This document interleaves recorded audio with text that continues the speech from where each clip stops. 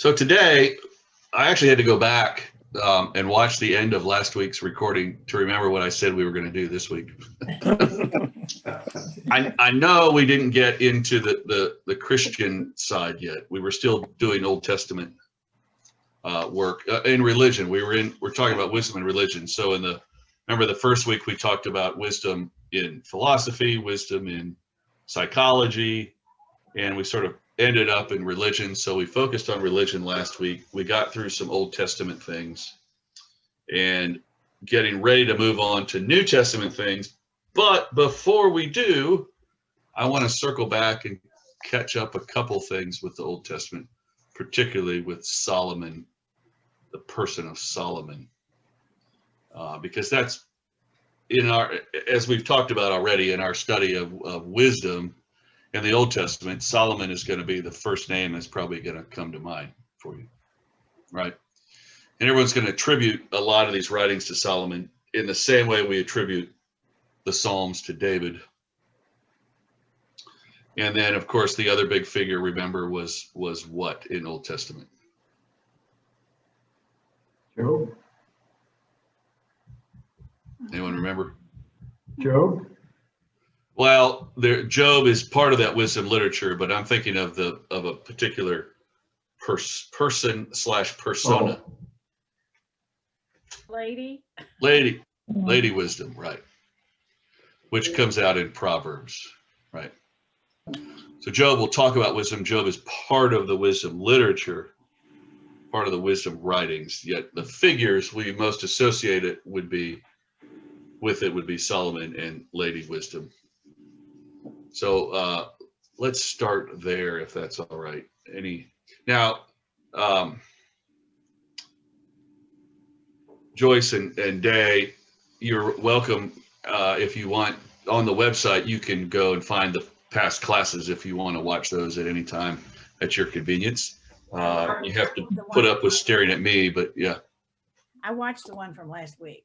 Oh, you did? Okay, so you caught some of what I was just talking about.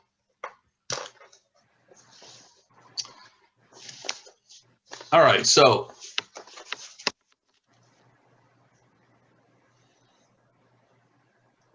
everyone just suddenly reshuffled. No, this makes me nervous. What did Zoom do now? So let's look at Solomon again. So when you think of Solomon, and we talked a bit about this last week, when you think of Solomon and wisdom, what story comes to mind? Cutting the baby in half. Okay, cutting the baby in half, which is really about Solomon executing wisdom, isn't it? Executing in the sense of using wisdom, right?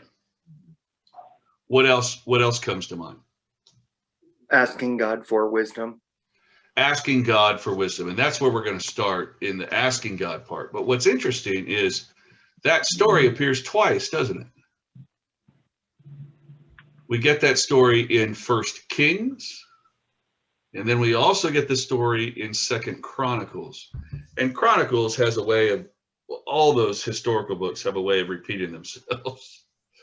But what's interesting is there's a difference between those two stories. That's what I want to point out here. And then I do want to talk about the baby.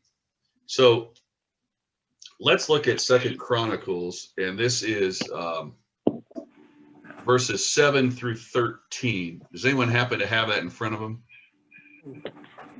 Well, I was going to say, if you did, I'd let you read it, but I'm happy to read it. I have it right here. So 7 to 13. This is what's known as Solomon's theophany. Theophany. Do you remember that word, theophany? He loves God.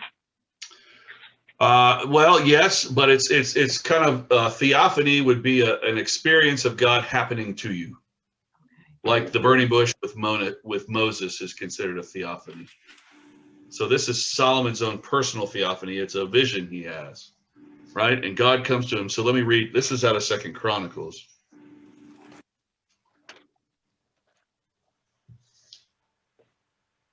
That night God appeared to Solomon and said to him, "Ask what I should give you." Solomon said to God, "You have shown great and steadfast love to my father David, and have made me succeed him as king. O Lord God, let your promise to my father David now be fulfilled, for you have made me king over a people as numerous as the dust of the earth. Give me now wisdom and knowledge to go out and come in before this people, for who can rule this great people of yours?" God answered Solomon, "Because this was your heart, and you have not asked for possessions, wealth, honor, or the life of those who hate you, and have not even asked for long life, but have asked for wisdom and knowledge for yourself, that you may rule my people over whom I have made you king. Wisdom and knowledge are granted to you. I will also give you riches, possessions, and honor, such as none of the kings had who were before you, and none after you shall have the like." So Solomon came from the high place at Gibeon, from the tent of meeting to Jerusalem, and he reigned over Israel. So there he asks for wisdom. He is given wisdom, but he's also given so much more, right? Now, who remembers how that story goes in First Kings? Maybe you don't remember. Does anyone know how that story goes in First Kings? No. So it appears in First Kings chapter 3.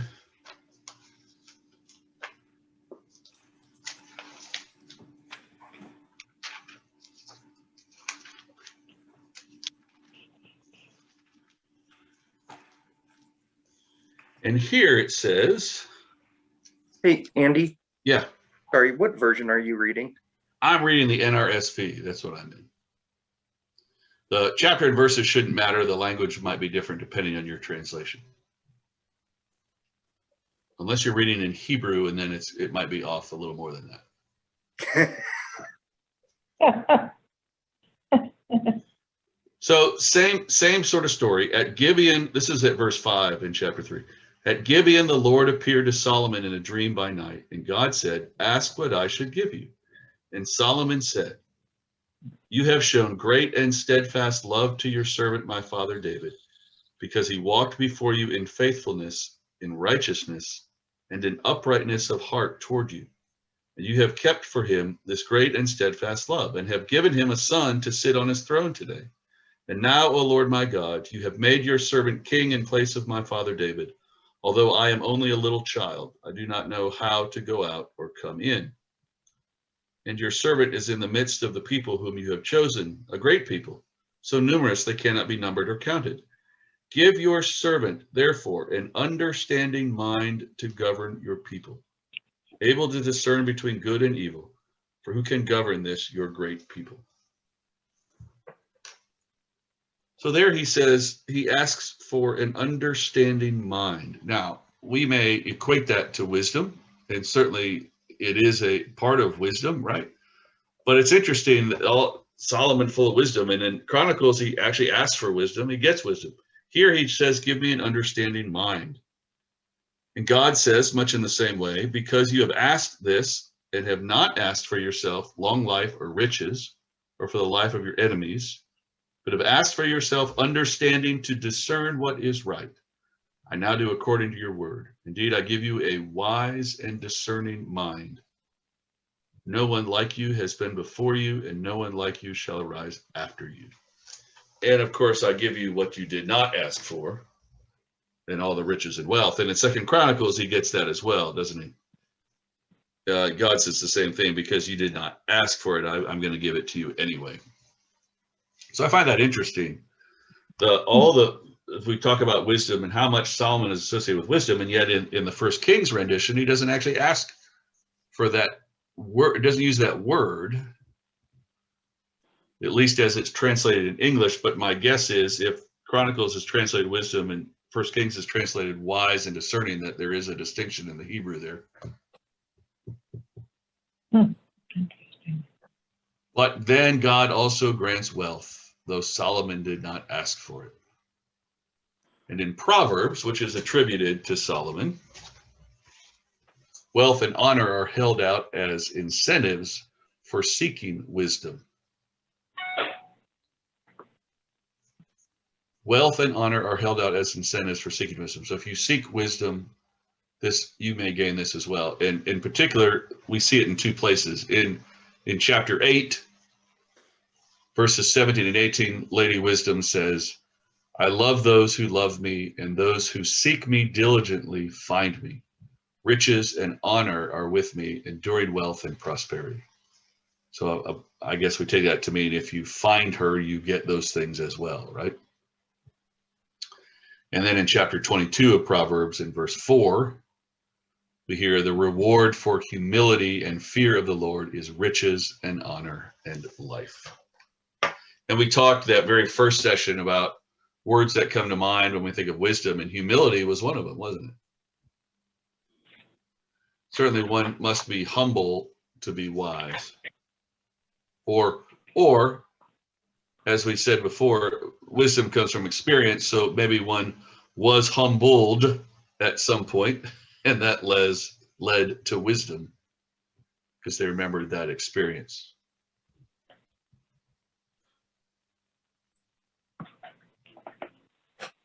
So now let's talk about the baby. Do you remember how that story goes? There were people arguing over who got the child, and Solomon said, well, we'll just slice him in two and you can each have half. Like that. Yeah, well, that's the gist, but do you remember why they were arguing? No, I don't remember that part. It's been a long time since I read the story. So that's where the wisdom comes in. Who remembers why they were arguing? I don't. All these old Bible stories. And I wouldn't have remembered it either. Dave, I would have said exactly what you said had I not read it today.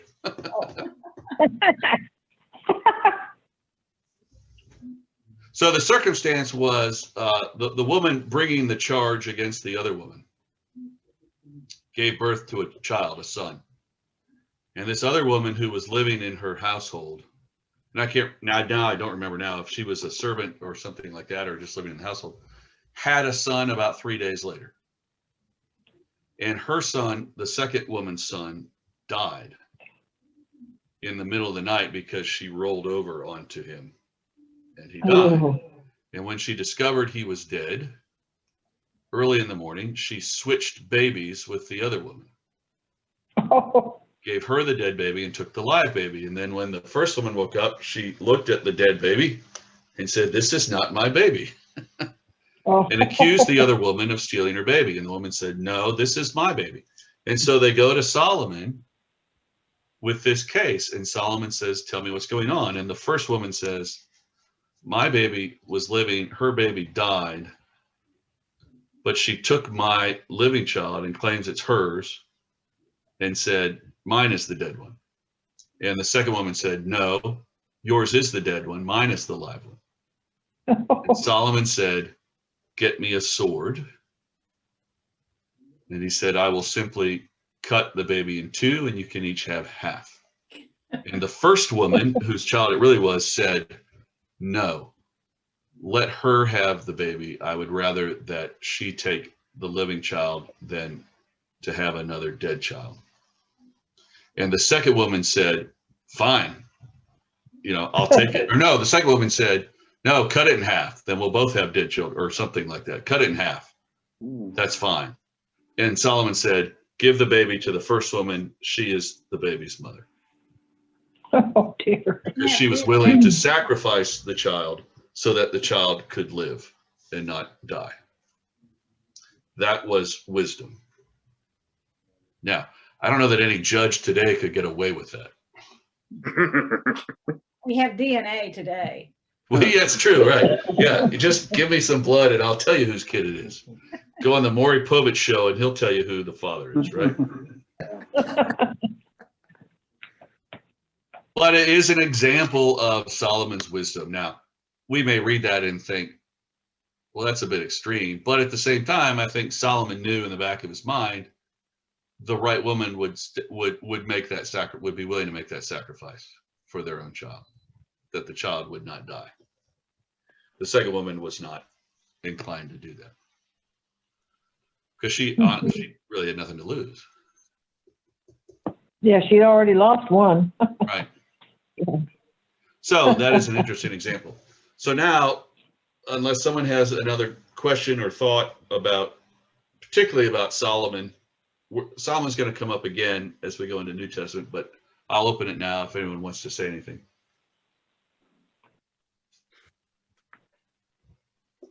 No, I better read it. I haven't read the book in a long time. Well, now that story of the baby, that one comes in Kings, First Kings. I don't know if it's repeated elsewhere, but that's where I read it today. So when we look at Christian theology and the New Testament, and we think about wisdom, there's not a specific wisdom literature. My face got really bright as I started to say that. There's not a particular wisdom literature within the New Testament, not in the same sense as Proverbs and Ecclesiastes and Job in the Old Testament. But there are portions that sort of reflect it. And one book in particular, which we're going to talk about, would be the closest thing to it, to a wisdom literature within the New Testament. But in Christian theology and in the New Testament, there is an oppositional element in Christian thought between secular wisdom and godly wisdom. And more than one person talks about this in the New Testament, and the way you best hear it categorized is wisdom from above or wisdom from below, which we would interpret as godly wisdom or earthly wisdom, or you could say secular wisdom and divine wisdom, however you want to differentiate that. But you've probably heard, that's a phrase I think people use sometimes, wisdom from above. Has anyone heard that, or am I making that up right now? Oh, I've heard it. I've heard it. Yeah. In the sense that when you do something or you have a thought, someone may say to you, well, they may say that was divine wisdom, or that was wisdom from above that came to you, right? And I do think that's real. I do think that's a real thing that can happen. Mhm. If we look Yes, at we need to Paul, hear that. we what? We need to hear that phrase more often in our lives, don't we? Divine wisdom from above. We need to hear that more often. Well, and more than that, we need to hear, give me divine wisdom from above. Yes. Make it available. If we look at the Pauline works, epistles, Paul states that worldly wisdom thinks Christ to be foolishness. But for those who believe Christ, but for those who believe, he says, Christ is the wisdom of God. And he'll go on in that same line, he'll say, for Greeks desire, or Jews demand signs, and Greeks desire wisdom. But, to the world, Christ is foolishness, but for those who believe, Christ is the wisdom of God. Wisdom is considered in New Testament theology, wisdom is considered one of the 7 gifts of the Spirit. And remember that for those of you who took my class on Revelation, early on we get the 7 gifts of the Spirit. And remember when we talked about it, it sounds like 6 gifts of the Spirit, but it actually is 7 gifts of the Spirit. So you have spirit of understanding, spirit of counsel, spirit of might, spirit of knowledge, spirit of fear of the Lord, along with wisdom. And then the 7th is simply all of those all together resting on the person. That would be the 7th gift, right? Well, Paul takes it even farther, and he calls wisdom as one of 9, he lists wisdom as one of 9 virtues. So wisdom is one of the 7 gifts of the Spirit, but for Paul, it's one of the 9 virtues. And he mentions these in 1 Corinthians in chapter 12. And he lists these virtues as wisdom, knowledge, faith, healing, miracles, prophecy, discernment, tongues, and the interpretation of tongues. Can you say that again? The 9 virtues. Yeah. Yeah. So wisdom, knowledge, faith, gift of healing, miracles, gift of being able to perform miracles, prophecy, discernment, tongues, that is speaking in tongues, and the interpretation of tongues. And this came up last night in our lectionary study group, talking about tongues, people who speak in tongues, and what that's about. And I said, you know, that's one of the virtues, but Paul is always quick to say, to balance that out with, there are those who speak in tongues, but then there are those who are able to interpret tongues. So his point is, if you just speak in a language that people don't understand, if no one understands it, then you don't know, no one knows what you're saying. And that's not necessarily a virtue or a gift, if you're just spouting off nonsense, right? And I think there is a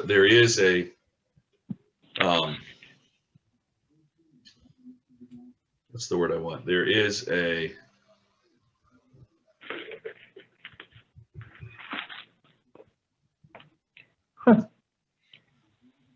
I can't think of the word I want. Don't test me. Don't. Temptation. That's the word I want. See, I'm thinking wisdom. That thought just got banished from my head. There is a temptation, I believe, on human parts to pretend to speak in tongues, as if to show something is happening where that may not really be the case. Now, I'm not at all taking away from the fact that, bless you, that people do have and do speak in tongues. I do think that is an actual gift. And I think that is something that really happens. But Paul is very quick to say there also needs to be the interpretation of tongues. If you remember in the story of Pentecost in Acts, even as people were speaking in different languages, there were people who were hearing them in those languages, right? So that's to say there's truth in what is being spoken. There's not just a sense. And what was interesting last night in that conversation, we said too that oftentimes possession had the same gift, didn't it? Someone who was thought to be possessed by a demon also spoke in tongues. So that's an interesting juxtaposition there, that's a virtue and a gift, but also a possession, and that we didn't really go anywhere with that we just brought that up as an interesting thing. I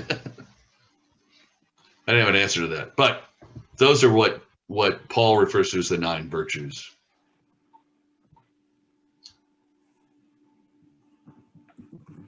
So there are no specific books, as I said, listed as wisdom literature, but the closest one we have to it would be the book of James. James, which is sometimes referred to as a Christian wisdom sermon. If someone asked me to write a Christian wisdom sermon, I don't know that I could do that. I'm not really sure I know what that would be, but now I could say, oh, well, I could just write it like James. And we'll go from there. So James would be the closest thing to it. And I want to read you a couple things about James.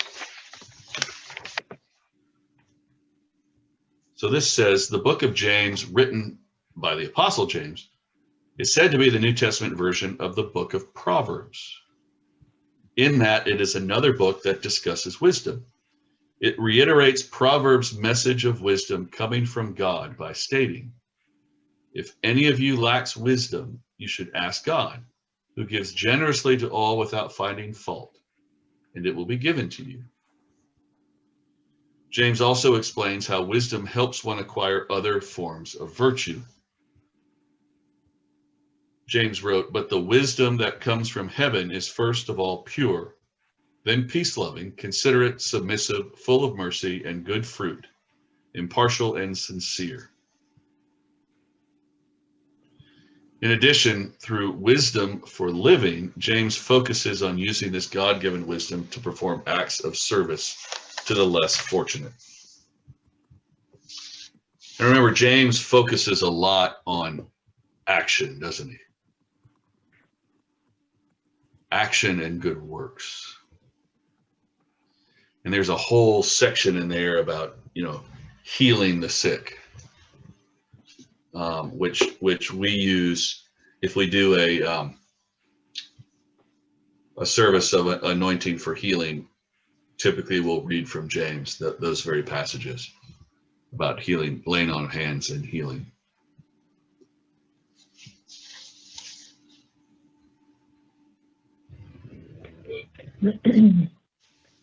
So let me read this. This comes out of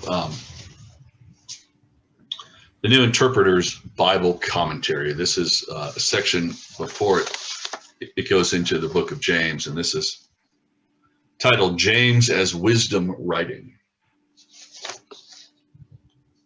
As moral exhortation, there are some 59 imperatives in its 108 verses. James can be compared to other ancient writings whose concern is the practical wisdom of right behavior. James resembles the popular moral philosophy of the Greco-Roman world in its insistence on control of the passions and of speech, and on the demonstration of verbal profession in practice, as well as in its perception of envy and arrogance as destructive vices. The specific symbolic world of James, however, is that of Torah. James appropriates the multiple dimensions of Torah in a way distinctive among New Testament writings. So I think it's safe to say he approaches it, the moral side of it, from that Jewish perspective, right? Of being adherents of, and Torah would mean, Torah is what? What's the word that comes to mind with Torah? Law? Law, yeah. Being adherents of the law, right? But law in a good way, in a right way of living, not in an oppressive way in which the Pharisees tended to utilize it. Not in a way to lord it over other people, right? Jesus has many battles with the Pharisees over that. So James appropriates the multiple dimensions of Torah in a new way distinctive among New Testament writings. First, James has a positive view of the law, not as a set of ritual obligations, but as a moral commandment expressed most perfectly by what it calls the law of the kingdom, or royal law, namely the law of love of neighbor, that we first hear in Leviticus. One should love their neighbor. Second, James appropriates the voice of the prophets in its understanding of human life as fundamentally covenantal and relational, and in its harsh condemnation of those whose desire for self-aggrandizement leads them to oppress and defraud others. Would you say the religious leaders and the Pharisees in particular in the Gospels are pictured as self-aggrandizing?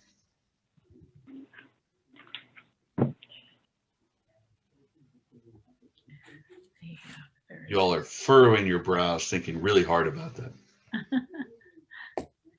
Yes. Yeah, well, I think the answer is yes, because, and now that's not to say that they were all that way. That's the description we get in the Gospels primarily, pointing out that they take the best seats in the houses. They walk around in their fancy clothes. They blah, blah, blah, blah, all these things that draw attention to themselves, which Jesus will then say, or the Gospeler will then have Jesus say, is not the way we should be doing it. We should be humbling ourselves, and it'll go into the last shall be first, the first shall be last, et cetera, et cetera, et cetera, right? So it kind of fits into that model. So in that sense, it's kind of mirroring what the Gospels say. Then the third point here is James represents the wisdom tradition of Torah, not only in its liberal use of proverb and maxim, but also by understanding human freedom in terms of an allegiance either to a wisdom from above or to a wisdom from below. And that's something we already covered a second ago. Remember that.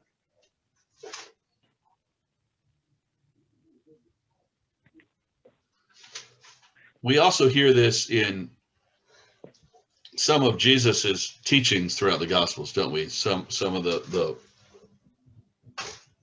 opportunity to espouse wisdom, much like you hear in Proverbs. So I'm going to give you an example of that, and this is a passage out of Matthew. This is chapter 12, verses 38 to 42. Again, this is the NRSV. Then some of the Pharisees said to Jesus, "Teacher, we wish to see a sign from you." But he answered them, "An evil and adulterous generation asks for a sign, but no sign will be given to it except the sign of the prophet Jonah. For just as Jonah was 3 days and 3 nights in the belly of the sea monster, so for 3 days and 3 nights the Son of Man will be in the heart of the earth. The people of Nineveh will rise up at the judgment with this generation and will condemn it, because they repented at the proclamation of Jonah. And see, something greater than Jonah is here. The queen of the south will rise up at the judgment with this generation and condemn it, because she came from the ends of the earth to listen to the wisdom of Solomon. And see, something greater than Solomon is here." Now, who remembers who the queen of the south is?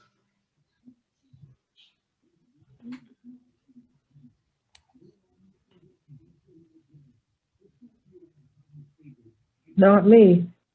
Queen of Sheba. Queen of Sheba, yes.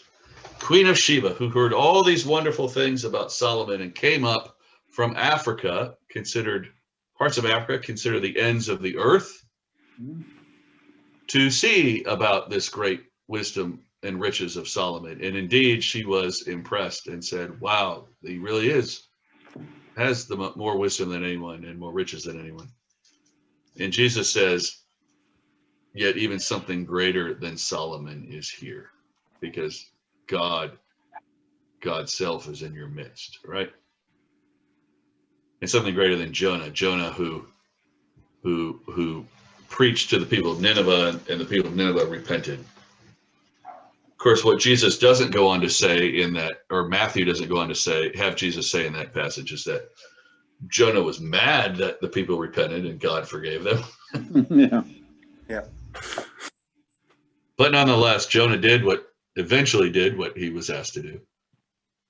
And the people repented. And so Jesus' point there obviously is,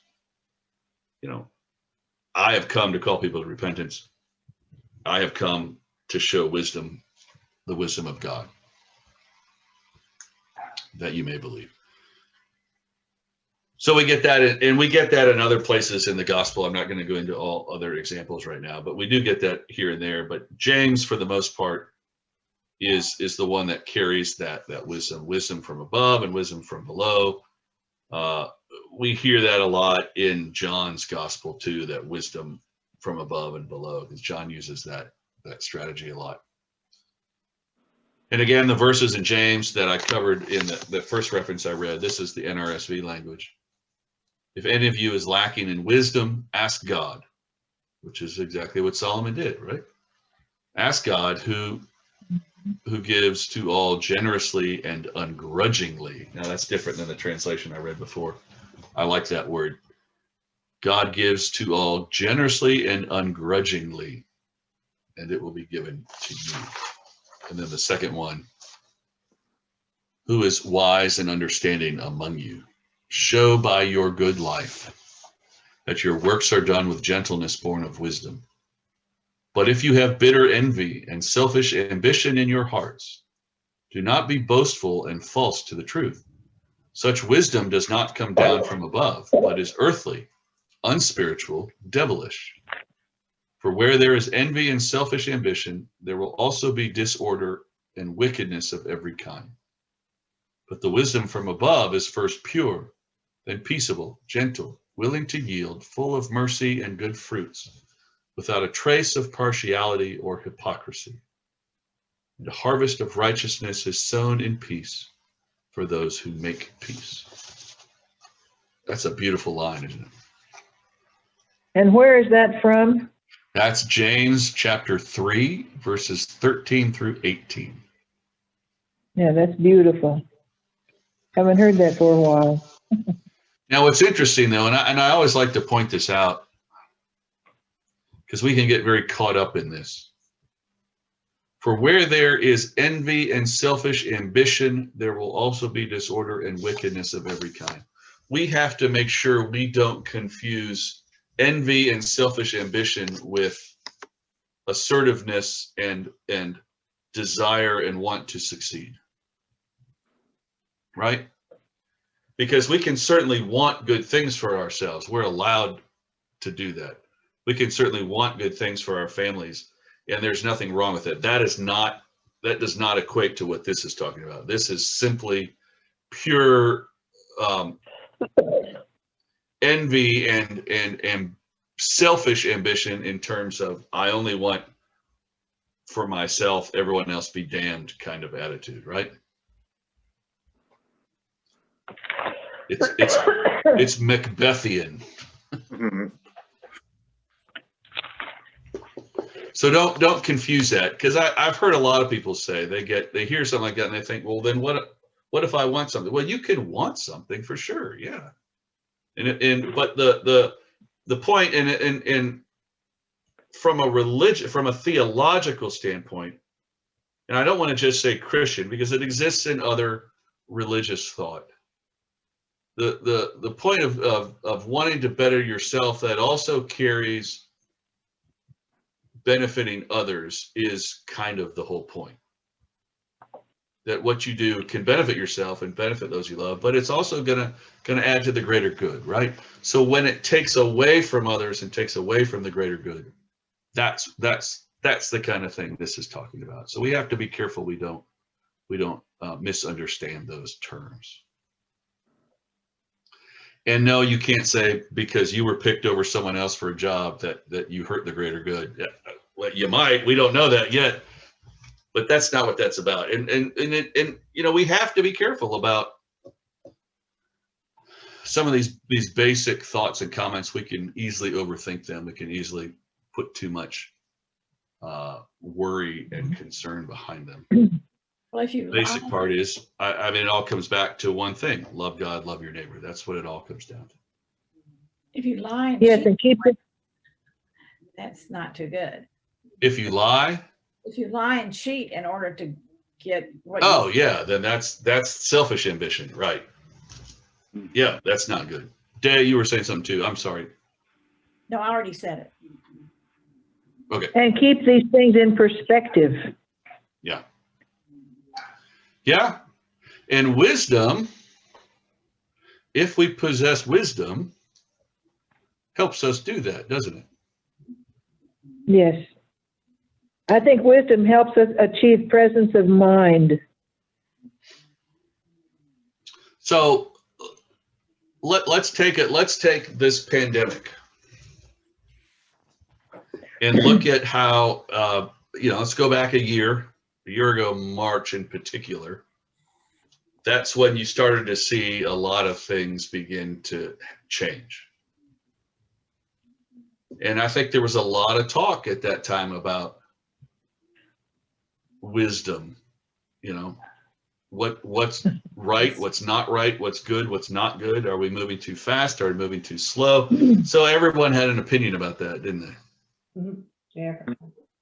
And we still don't. I mean, yes, now a year later, we can see where some of that wisdom did come in, and some things that made sense, some things that didn't make sense. That's part of the experience that goes with wisdom. Unfortunately, some people had to be sick or die in order to gain that knowledge, right? And of course, nobody wants that. But you look at history, and that's kind of, when something, and I don't want to take it to that drastic end, but when something goes wrong, you learn from it and you correct it, or you try to Right. correct it, right? Mhm. I like the sayings you hear that says, there's failure is just another chance to learn, or something, those types of things. I only succeeded because I once failed, but those types of lines. And wisdom comes from that, doesn't it? Mhm. There's definitely wisdom from above that I think we can only receive when we are in a relationship with God, in a state of mind or state of being that allows us to receive that. So, all right, Dean's Forum class from Advent. Let's go back to our Advent meditations and that. Part of the discipline of meditation is focusing your energy to where you allow yourself to be open to hear, right? Whatever that spiritual discipline may be. That the point of it is to allow you to open yourself up to hear, to be receptive. And if we want wisdom from above, we have to be receptive. We have to allow ourselves to be receptive. And it's when the ways of the world and the busyness of the world and the corruption of the world and the temptations of the world and all that keeps us from allowing ourselves to be open to receive. So when Jesus goes into the parables, remember the parable of the seed that fell on the good ground and the rocky ground and all of that. There is wisdom in that, because it means you have to be open to the word, but you also have to be open to patience and time to allow yourself to grow. So not wisdom literature specifically, but wisdom can be gleaned from that. And in gleaning, I use another cultural term. And there's wisdom in that too.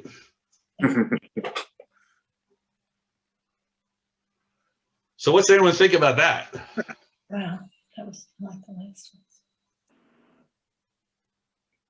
one. Kyle, you're awfully quiet tonight.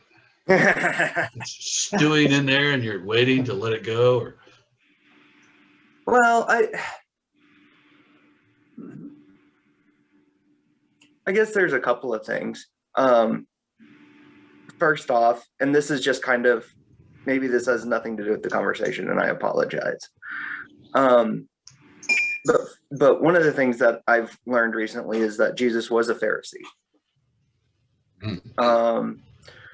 Which is why he's so hard on other Pharisees. I've also learned recently that a lot of what he says and what he's getting at, he's actually entering into a conversation that's already happening. And so I think that you are right in that Jesus has a lot of wisdom and has a lot of things that he's trying to fix that we, as humans and as religious people and as Christians, that we just get wrong. Kind of like you were saying with the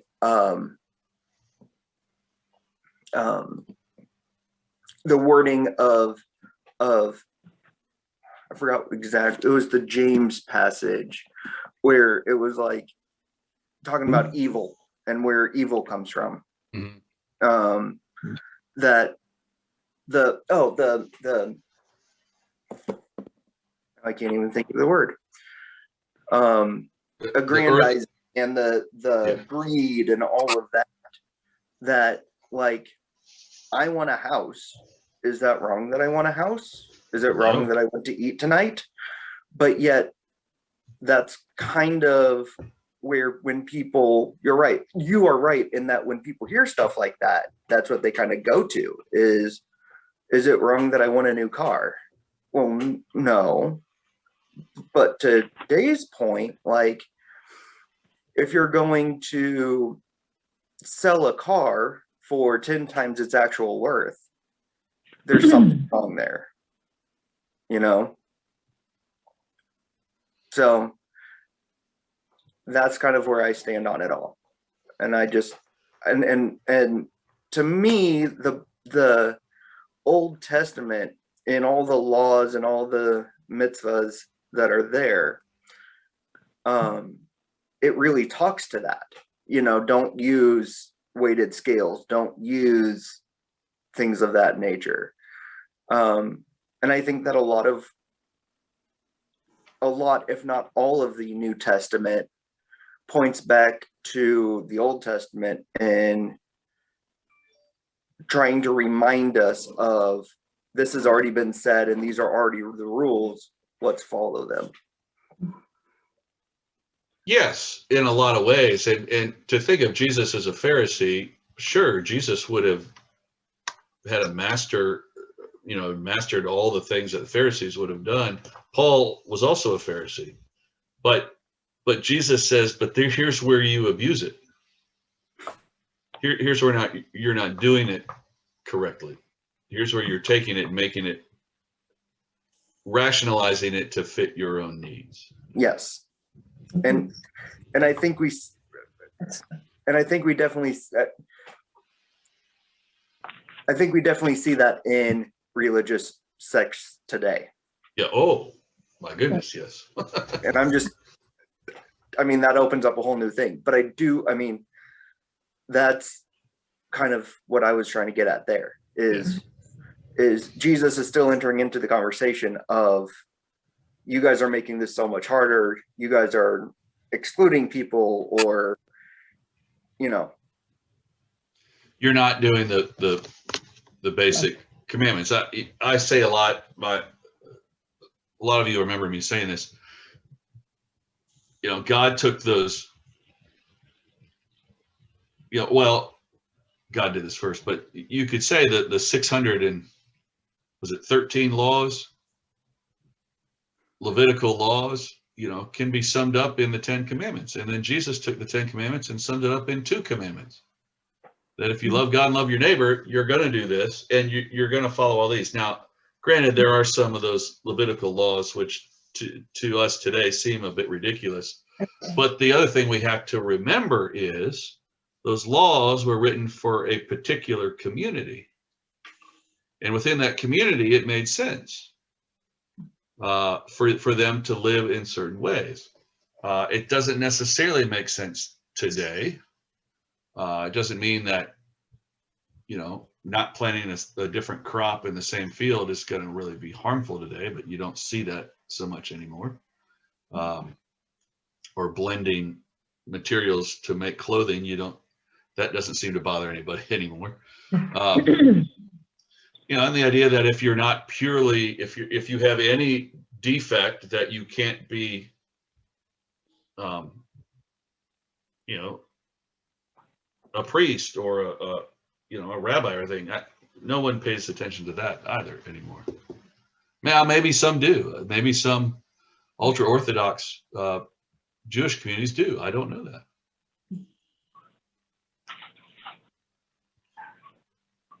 Jesus's point is that you're taking these things and you're using them as excuses to oppress other people, to exclude other people, to tell them, and you want to gain these things for yourself. To want a new house, there's nothing wrong with that.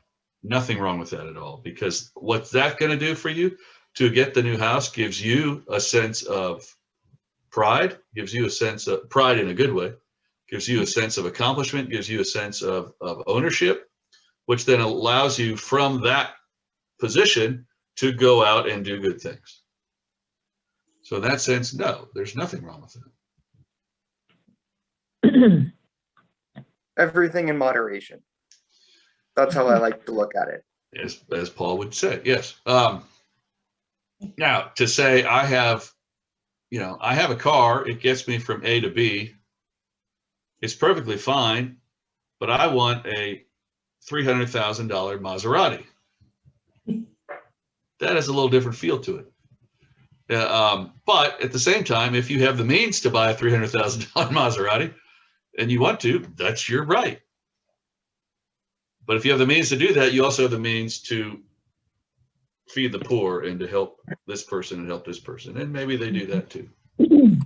Well, and to speak to that point, I mean, look at Patrick Mahomes. He just signed a $500 million 10-year deal. If you average that out, that's $50 million a year.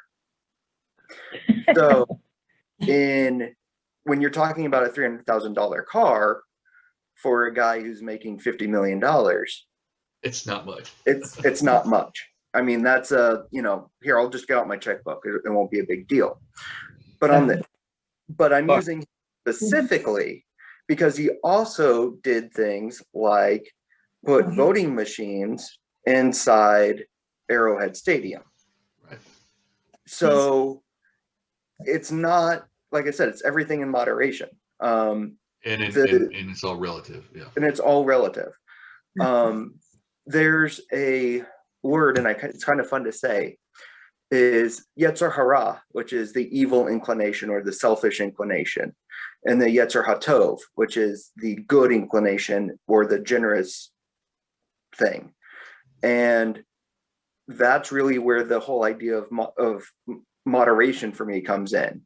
Is it's totally fine to make sure that homeless people on the street eat, as long as your kids aren't going hungry. Sure.